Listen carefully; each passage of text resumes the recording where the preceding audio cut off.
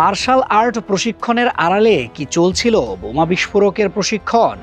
Martial art প্রশিক্ষণের আড়ালে উগ্রবাদী কার্যক্রম পরিচালনার অভিযোগে ফাতাহ কমব্যাট সিস্টেমের সদস্যদের গ্রেফতারের পর এবার সামনে এসেছে এমন একটি বিস্ফোরণের ভিডিও।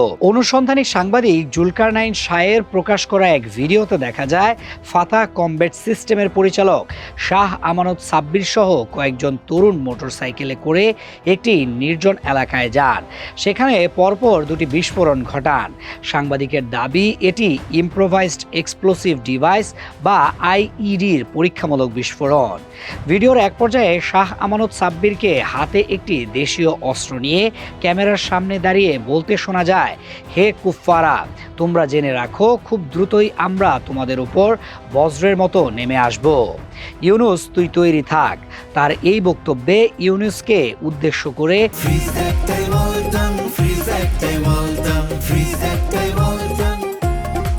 হুমকিসূচক ভাষা ব্যবহার করা হয়েছে বলে দাবি করা হয়েছে। ভিডিওটির পেছনে আইএসের সঙ্গে সংশ্লিষ্ট একটি নাশিদও শোনা যায়।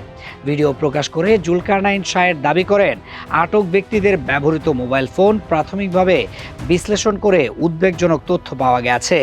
তার ভাষ্য অনুযায়ী শাহ আমানত সাব্বিরের নেতৃত্বে প্রত্যন্ত এলাকায় বিস্ফোরক পরীক্ষার ভিডিও প্রমাণ মিলেছে।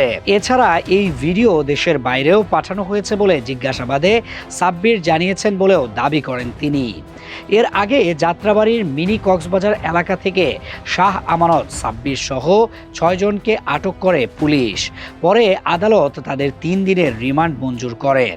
প্রকাশিত ভিডিও ও অভিযোগগুলো ঘিরে ফাতাহ কমব্যাট সিস্টেমের কার্যক্রম নিয়ে নতুন করে আলোচনা শুরু হয়েছে।